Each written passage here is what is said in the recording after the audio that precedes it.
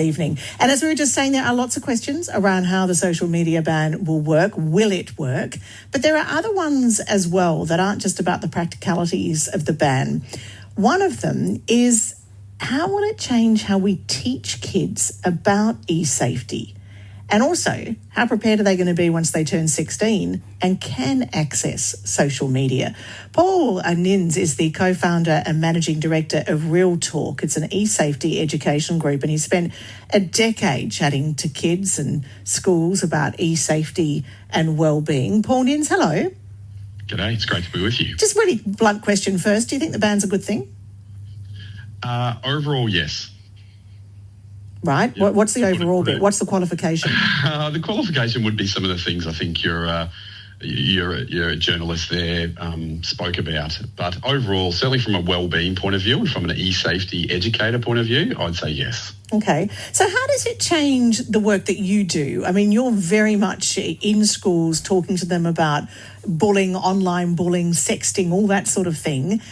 Does it change your message, or do you just worry that all of that stuff that has been on social media will get pushed to other platforms? Yeah, there's a little bit of that. Certainly we're expecting some of that to occur because obviously the ban is not affecting messaging platforms and things like that. Gaming platforms might be a growing problem in the future. But I think for us, the messaging, look, we're waiting and seeing just like everyone else a little bit, but I think we still need to educate young people in a lot of the baseline issues, and this might actually give us, in the teenage years, a slower transition into adulthood. And I think overall that's going to be a great thing. But when you talk to kids about the e-safety message, how much of that now is around social media? Oh, heaps. Yeah, look, at the moment it's a platform that can lead to things that affects body image, mental health, grooming, those sorts of things. So social media is a big part of what we educate on in schools, yes. So you are going to have to change the chat? Yeah, well, look, obviously at some point they're going to access social media. A lot of the principles apply across different platforms. And also, as I said, I think we're going to have to wait and see how this rolls out and what are the effects. Does it morph into other things? And are some of the problematic behaviours going to get pushed onto different platforms? And I think the biggest one underpinning all this is we're really big on helping young people with their internal filter. It's the only filter they can take everywhere. And so, we're forever trying to help young people understand the principles around dignity, around respect, and around showing caution and thought, when they're online. And that works wherever you are, I guess, in the online world.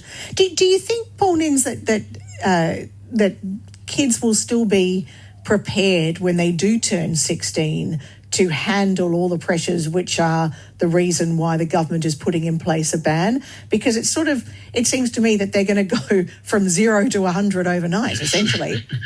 Totally. Look, there's a real risk there's going to be a cliff face for a lot of young people. We could have a national withdrawal process from the teenagers in this nation. So I think parents should need to be prepared for that. They need to start the conversation now and see this as a potential opportunity. Like, there's a lot of parents I've spoken to who are afraid of what's about to occur, that this is going to be really difficult for their family and for their young people.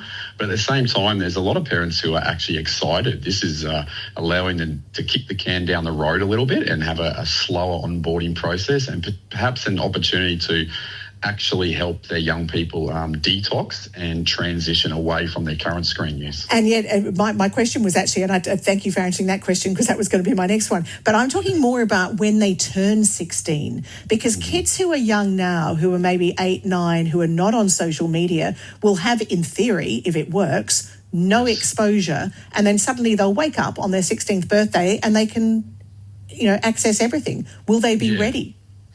Well, again, that's a challenge for parents, schools and e-safety educators. I think it's definitely going to be the new challenge and a change in how we educate, but that's something we're going to have to look at for sure. Paul Ninnes, really good to talk to you. Thank you. Wonderful. Thank you. That's the co-founder and managing director of Real Talk, and 8 o'clock tonight, ABC Radio and ABC TV for that, the Digital Dilemma special forum this evening. Let's